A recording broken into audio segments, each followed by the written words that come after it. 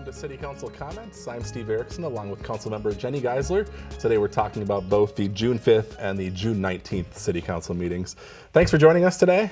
Glad to be here. We brought in some sunshine to this thing. We did. We coordinated. I was like, we didn't even call to coordinate. Well, this is pretty good. This has happened maybe once before. We had our 2 meetings here in June. Actually, I know our first one was pretty lengthy. We almost had a 2-hour meeting. I know. Yeah, lots of things happening in the city right now. So yeah. Real positive. All right, we have lots to talk about. We'll jump right into things here. Starting off talking about our June 19th meeting. One of the first items we wanted to talk about there was under proclamations and presentations. We had Minnesota Women of Today Founders Day recognized. Right, and that's a local group who focuses on service, growth, and fellowship. And they're having their Founders Day on July 1st, and so we wanted to recognize them and their organization and the good things that they do in the community. Yeah, and they were here and they did a presentation and came up front and were recognized. And they did mention some upcoming event about collecting teddy bears, I believe, for some event that they're doing. With Mercy, I believe. Yeah, so glad to have them at the meeting. We had council adopted a resolution. This approved donation of bikes to Bikes for Kids. This involves the police department. It's kind of a change on how things have been in previous years. Right. It used to be where once they find bikes, you know, so if you see one, give the police department a call, and they try and find all of the owners, but a lot of times they're just abandoned, and so things would normally get auctioned, and that isn't possible right now. So we're going to be working to give any of those abandoned bikes to Bikes for Kids, where they take those bikes that can be refurbished, will be refurbished and given away to kids who need a new bike, and the other bikes that are in a little rougher shape will be used for parts to help get as many good bikes as we can. And we look at it as a nonprofit and as a way to do something good with those bikes instead of getting them in a landfill. Yeah, definitely. And it sounds like in the past, the auction would take the bikes in all conditions, but they recently made a change where they will not take bikes that have rust or any damage. Right. So it sounds like a perfect fit for Bikes for Kids. I know we've done stories on them before. Great group of volunteers that help bring these bikes back to life and give them to kids and people in need. Yeah, so it's a great program. So we're happy that we could make that shift and support the program. All right. Council awarded a contract. This is for the Egret Boulevard water main replacement. There was a big issue here, a problem over this past winter, correct? Right. Several different water main breaks, and we all know, especially during the winter, how frustrating those can be. And with this area, there was also a road project that had been done not too long ago. So we're going to take a little different tact with it. It's directional boring. So for all you engineers out there, and I won't even try and name what kind of pipe it is, but it's a special project to help address those water main breaks in that area. And because it was a street project not long ago, this is not an assessed project. It's part of the water fund to be able to do that rehabilitation. And it's on Egret, kind of between 99th and the Coon Rapids Boulevard Service Road is the area that this will be worked on. Okay. So the contract was awarded to Dave Perkins Contracting, it looks like, in the amount of just over $500,000. Right. And this, like any of the other construction projects that we have in this city, you can go to the city website, you can sign up for construction updates, and every Friday you get an email that tells you what's happening. And if you're in this area, there are a few houses that would have maybe temporary water shutoffs, and so they always get little notes on their doors. So we are trying to be as good as we can to communicate with the neighborhood of what's happening in the area. All right, so it sounds like this project will get underway shortly and looks like they're trying to get it done by the beginning of August. Correct. Correct. Council adopted an ordinance amending Chapter 5-1500.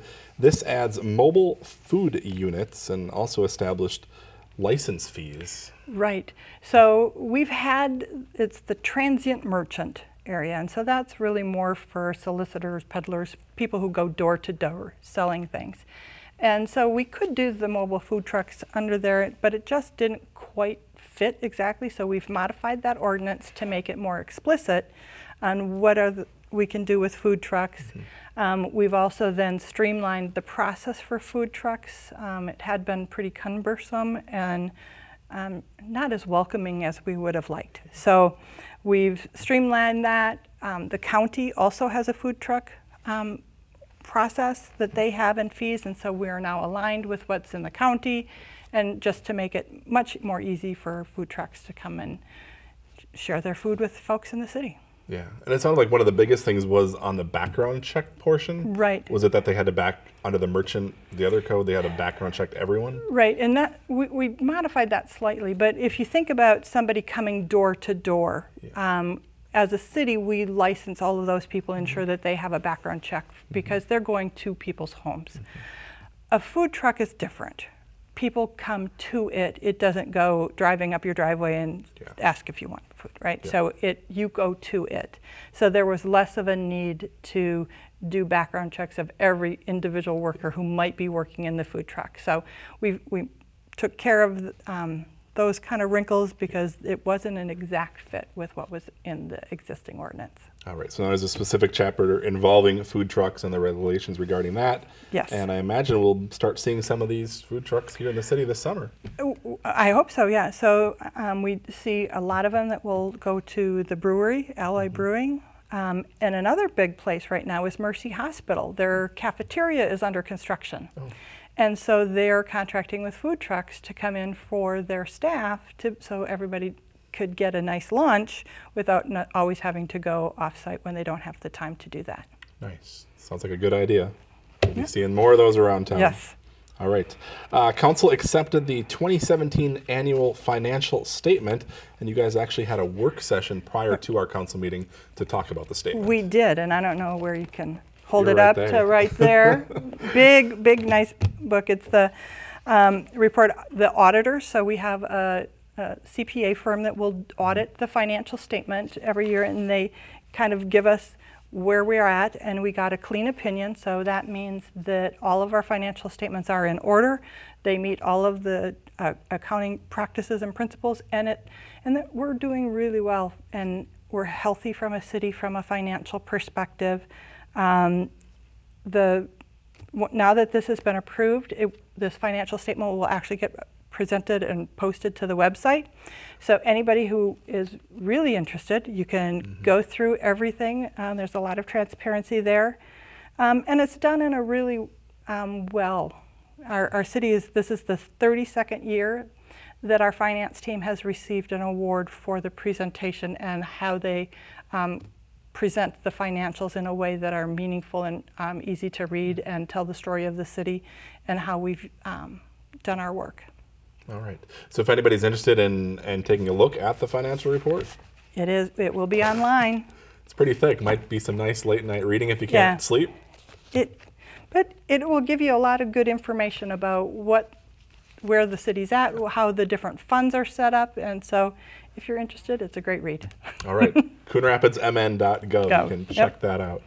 All right, council considered appointment of election judges, approving salaries, and set the canvass date for the primary election, which we were just talking. Yep. None of the council members, they're all running unopposed, the 3 seats that are up, but there are still primary elections. Right, there will be primaries at, I'm not sure, some areas might be the Minnesota House or Senate, but definitely at the state level, there will be primaries. And being an election judge, I was one for almost 20 years as I was on Planning Commission and before I joined council. And it's a fabulous way to learn about that process. Yeah. How are things elected, and why are you on the ballot, or why do you check in one place, and why do you get a slip of paper, and what does that all mean, and how is that all done to ensure that we have free and fair elections within our state. So you get paid for it, you get to meet lots of fun folks, and it's a really interesting day, and your work should be able to give you time off to be able to do that.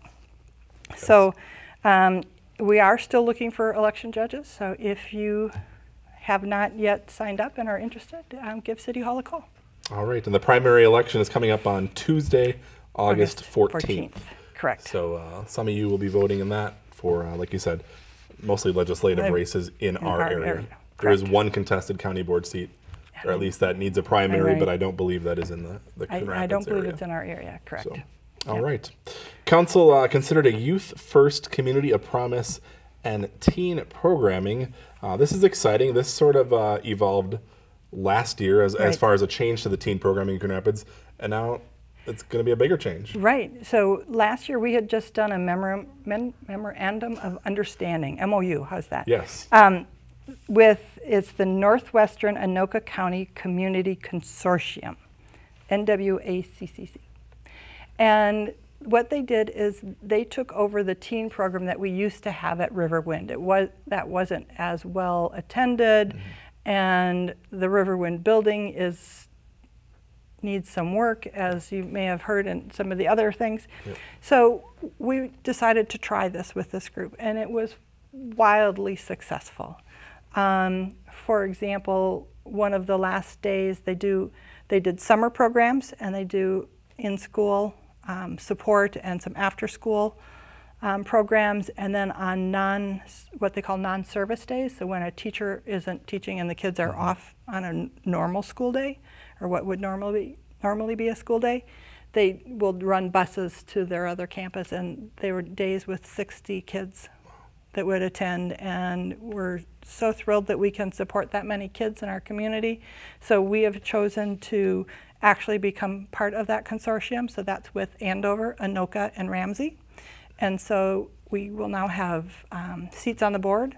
I will be a voting member on that board, along with Councilmember Kicker, Councilmember Johnson, and Ryan Gunderson, our Park and Rec supervisor, will be alternates, so if we can't make something, and are very excited to be a bigger part of this program. It's been fabulous.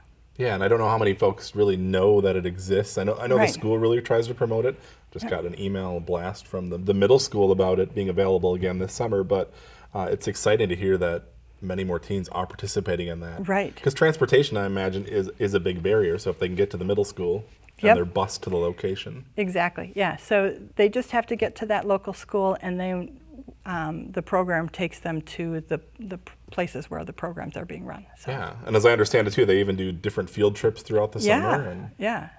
So it's a great program. So if you've got, there's kids. It's for the 11 to 18-year-olds, which is a great age to keep them focused and know what they're doing. So yeah. They need stuff to do during the summer, right? They do. They do. All right. That's going to bring us to the end of our council meeting from June 19th. I want to head back now to our first meeting of the month, which took place on June 5th. We had a couple items there under the consent agenda we want to talk about. The approving the waiver of fees for the 4th of July celebration and the temporary on-sale strong beer and wine license. Specifically, so we can talk about the 4th of July celebration. Right. And it's almost here. Coming right around the corner. It's amazing that June's almost over. Yeah. But yeah, so this is something that we annually do to support this community event. And the 4th of July party around the city will start on Monday the 2nd of July. And the parade is that evening. And so anybody, that starts at 6 p.m. by the Ice Arena, and then goes down Mississippi Boulevard to, I want to say, I'm not sure. Back in that neighborhood. 108th, and then back around by, and then I think it comes back down Hollywood, circles around to the Ice Arena. So you can check out that. The neighborhood kind of south of the Ice Center there by the college. So it's a little over a mile route for the parade, and that's Monday night. And then Tuesday there's going to be a car show.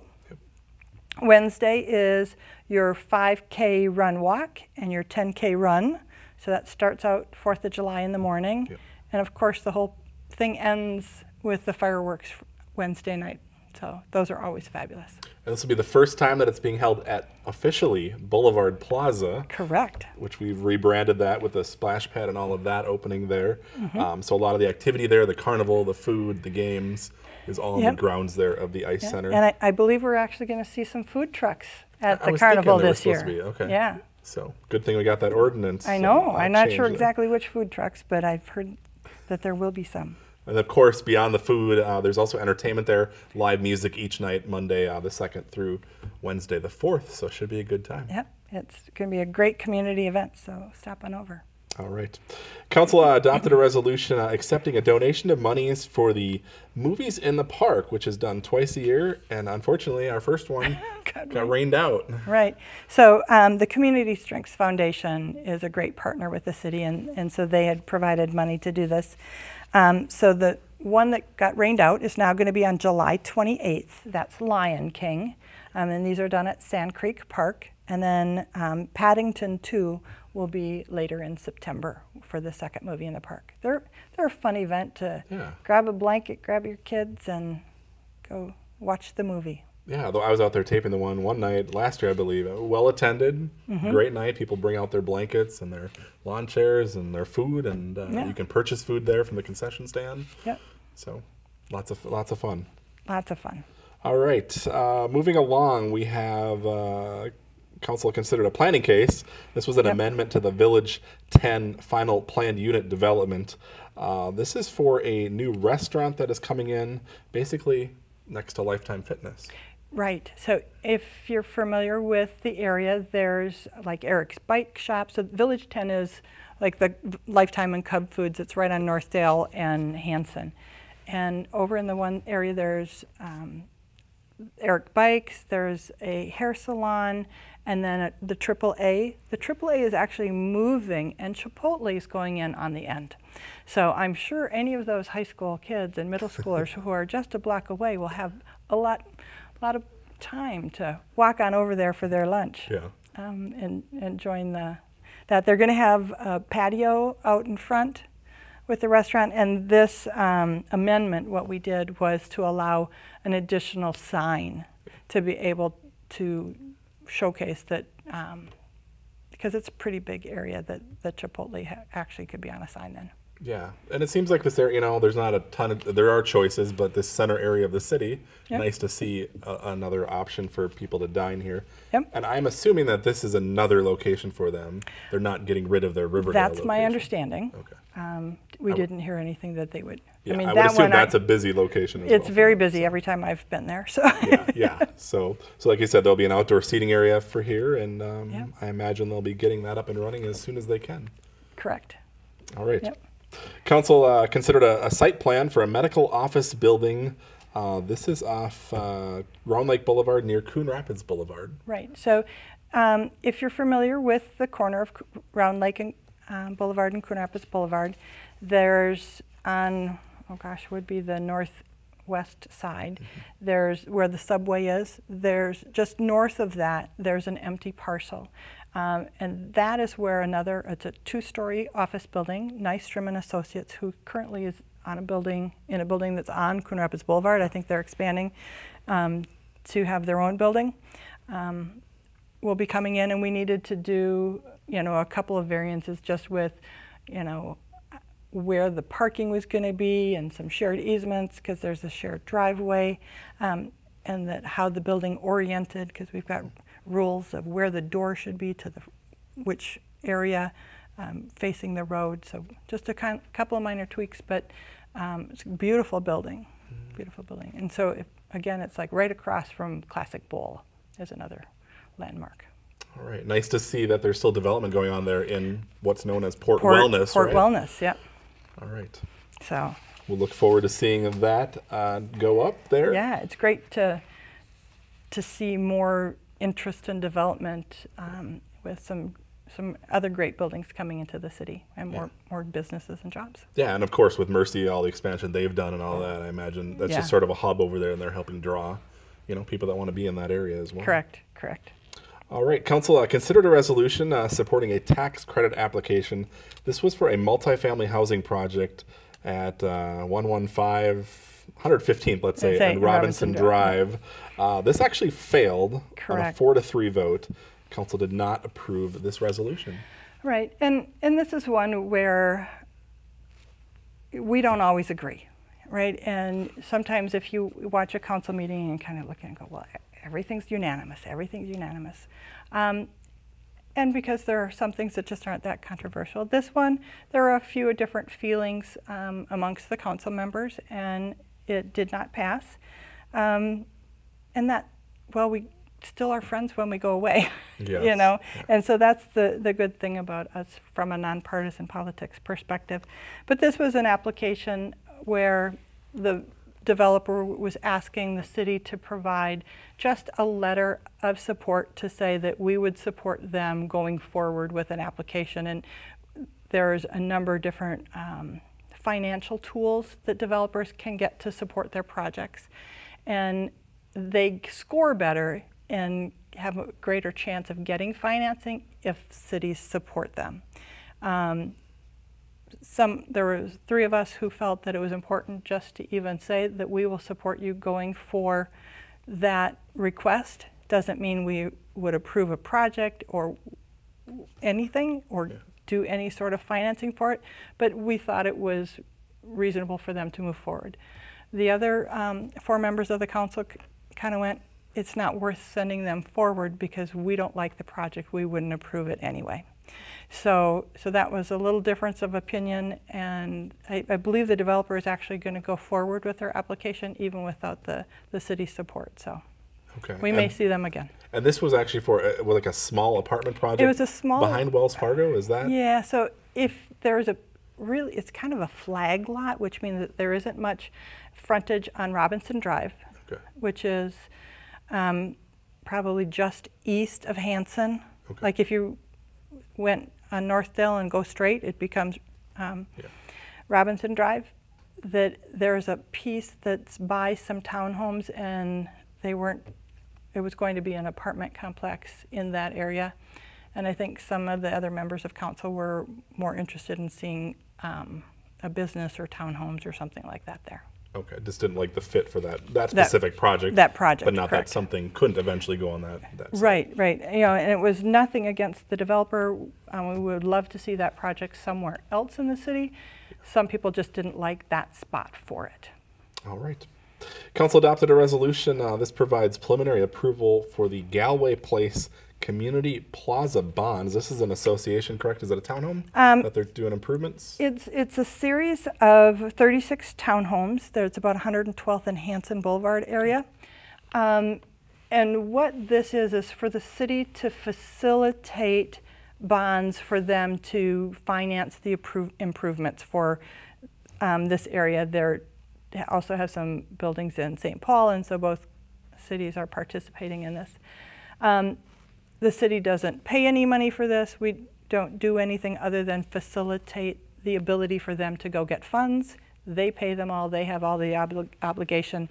What we get is these 36 townhomes refurbished and renovated and updated, which will make them nicer for those residents that live in that area.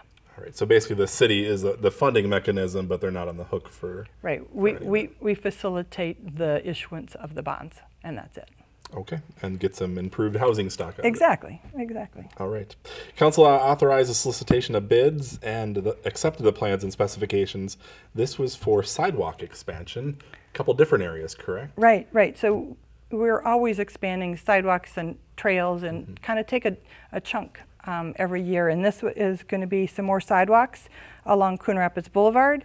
There's some portions of Dogwood, and then 115th by Northdale Middle School. So there's 3 different sections. Although along Coon Rapids Boulevard, there are numerous spots where we're just trying to infill and get connected and try and make connections so you can actually walk continuously on a sidewalk. This makes me think of the book Where the Sidewalk Ends. Exactly. And we're trying to fill in those areas so it doesn't end. Exactly. All right. Council adopted a resolution. This authorized the purchase of a police in-car camera system. I know they're definitely in need of an upgrade, it sounded like. Right. So the system that they have is out of support. It has some potential security flaws in some of the software that is used to operate those. And it's just not always reliable, and so we need to be able to provide our police department with the tools that they need. So this current system, it has 28 in-car cameras, 2 interview room cameras, and some wireless microphones, and then the servers and storage necessary to house all of those videos that get collected with that work. And it leads us into potential growth and expansion if there's anything else that we need to do or want to do in the future, that we have the ability to do it, because the existing system just can't support anything more than what it's got. Okay, yeah, it sounds like it integrated with, if they go to police body cameras. Correct. Eventually, that it would work with that. Yeah, it would give us that option. Okay, so it'll be going forward and upgrading the police in-car camera system. Yep. That is basically all we had on the council meeting that we wanted to talk about. After the council meeting, you guys met. The council meets as the Housing and Redevelopment Authority for the city and takes different actions. And there was 2 exciting items on there you wanted to talk about. Right, and to me it was fabulous that when we had this HRA meeting, there were 2 core things that we did. The first one was a purchase agreement with Centra Homes. So that is actually having them purchase the land by Old City Hall, down by Avocet on Coon Rapids Boulevard, to get started on that project. So that is the sale of the land to the person who's going to develop it. So found that fabulous. The other one was with the Riverdale Station Apartments. So that's by the North Star Line. And that's where we did some easements and access, because our Sherman Associates development is for half of 8 acres of the 16 acres, and we were doing easements so they could cross over the other part of it, so, and help with the construction to be able to get to and from things so we don't disrupt the road as much. So 2 of the big projects coming to the city from a housing perspective were both on the calendar for that evening, and it was so nice to see both of those things moving forward, and we'll start to see things being built very, very soon. Yeah, I know a lot of people excited to hear that. Yes. All right. We want to talk about we have first summer in the city meeting, right? We had the big splash pad opening. It was phenomenal. So I don't know if you've looked at the pictures on Facebook or on Twitter with the city and the website. We were thinking, okay, 500 pieces of ice cream, and started giving them out by 6:30, and in 15 minutes they were gone. I think we learned our lessons that we should have had more ice cream. But the police cars were there, the fire trucks, and we did a ribbon cutting and did a 3, 2, 1, and some kids hit the button and the water started, and it was phenomenal. Yeah. So. And it was a busy place, lots of, like you said, lots of folks. Still very busy. And yeah, that's after the fact. People are still, I imagine, some people probably did it a little bit and left and like, we'll come back on another day. And yeah, I drive by it every day, and there's always people there. Yeah. You know, we had some of the ice arena staff do some counts that next day, and I think they did a count about 11 a.m. and there was about 150 people. They did a count about 6 p.m. There was about 150 people. Yeah. So either people staying all day or a lot of new people coming and going throughout the day, but it's remained very busy and very active. So yeah, it's a great addition. We're talking, of course, this is right adjacent to the Coon Rapids Ice Center. And I know the common question they were getting, it's free. Correct. You can go there for free, and it's open daily from, I believe, 10 a.m. to 8 p.m. Right. Correct? Yep. Okay. Yep. So obviously, I think you can ride the swings a little bit before that or not, but the water is shuts off at 8. Yeah, because there's also a park and a cool play structure. The kids were having a great time on that night. And what's nice, there is some more rubberized mat area in the play structures. So if there's any children that have trouble moving on a sand environment, that allows them to play as well. All right, lots of fun. Quickly before we go, we want to mention too, Bunker Hills Golf Course is celebrating its 50th anniversary. Yep, 50th anniversary. Yep, July 8th and 9th. So there's big events with golf events, and I think the restaurant Kendall's is having a special 3-course meal that you could order and go to the restaurant on Sunday or Monday, and lots of great things that will be happening out to celebrate the 50th anniversary. All right, we just put together a video, so if you are interested to see the history of the golf course, you can check that out on our channels right here. Okay. All right, I appreciate you being here today and talking to us. Thank you at home for watching, and we'll see you back here again after our 2 council meetings in July.